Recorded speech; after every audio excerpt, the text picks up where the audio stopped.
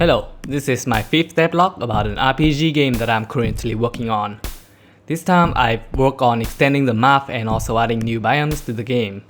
And I've also worked on optimizing the game a bit as it started to lag. So before working on extending the map, there was one problem. The game performance is a bit down after I finished the forest map.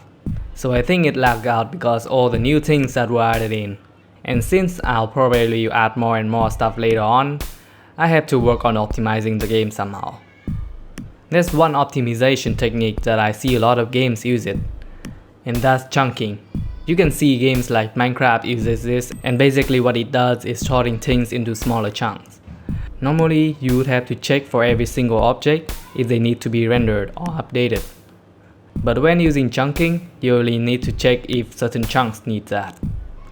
Let's just say each chunk contains around 30 to 50 objects. That's already an average of 40 times less time consumption. Chunking is a little tiring to implement though, not because it's hard, no. It's because I've added too many things and now applying a system like this is just gonna take forever. If I had implemented chunking at the very beginning, I wouldn't have wasted so much time. Like the height system that I implemented earlier in the previous devlog also plays a role in making this difficult. The chunk sort object on the X and Y axis, while the height system sorts them on the Z axis. I ended up having to merge the two systems, and now it works like a 3-dimensional chunking system.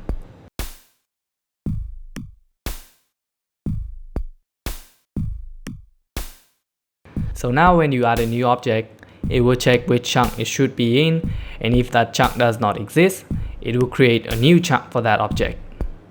Each chunk width is a third of the screen width. So I will update animations in a 5x5 chunks around the camera and the collisions in a 3x3 chunks around the updated object. This actually improves performance by a lot depending on how big the map is. I don't know the exact number of how much it improves because alright, that's enough boring stuff. Let's skip the rest and work on the exciting game. Yeah, don't mind about it. It probably has improved by a lot.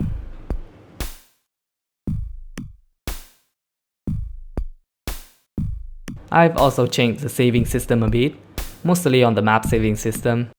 The old system basically saves every single data of an object like its texture, position, size, interaction and stuff, but this is kind of inefficient and also make it hard to change the object data.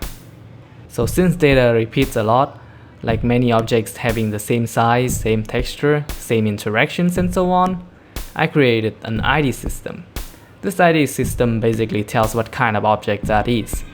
So the objects with the same ID are of the same type, just placed at different positions.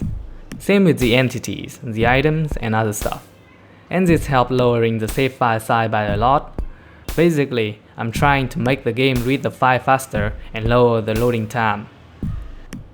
Since the floor looks kind of boring at the moment, I've started making some changes to that as well. I've created a system that uses tiling, so when I place two floors next to each other, they will connect. This system uses tile set and instant rendering for optimization.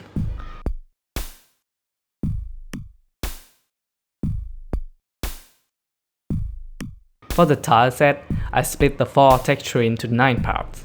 The 4 corners, the 4 edges, and the center. The texture of the parts will differ based on the neighbor floors. And as I don't want to render the 9 parts separately, since that will cost a lot of GPU power, and the game will start to lag even when the total rendered areas are the same. Trust me, I tried. So I created this tile floor renderer, and it loads a single texture that contains 6 smaller textures like this.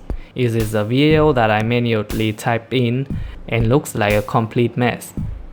By the way, the VAO is basically a model. If you use OpenGL, you probably know what it is.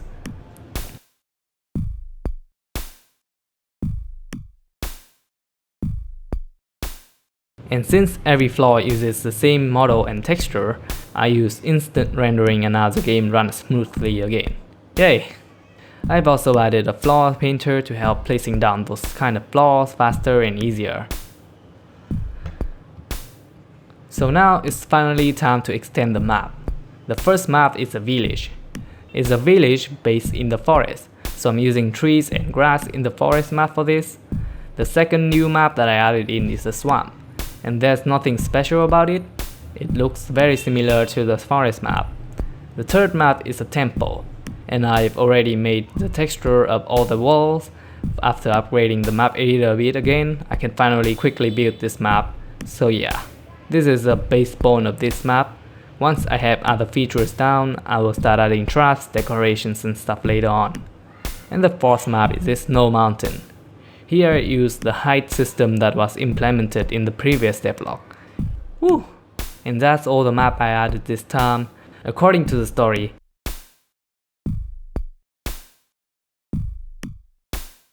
there should be 3 more areas that should be added in, but I'm doing that later, as I need to work on other stuff first, like adding new enemies. Yeah, I'll do that next devlog, so smash that sub button and stay tuned for that. See ya!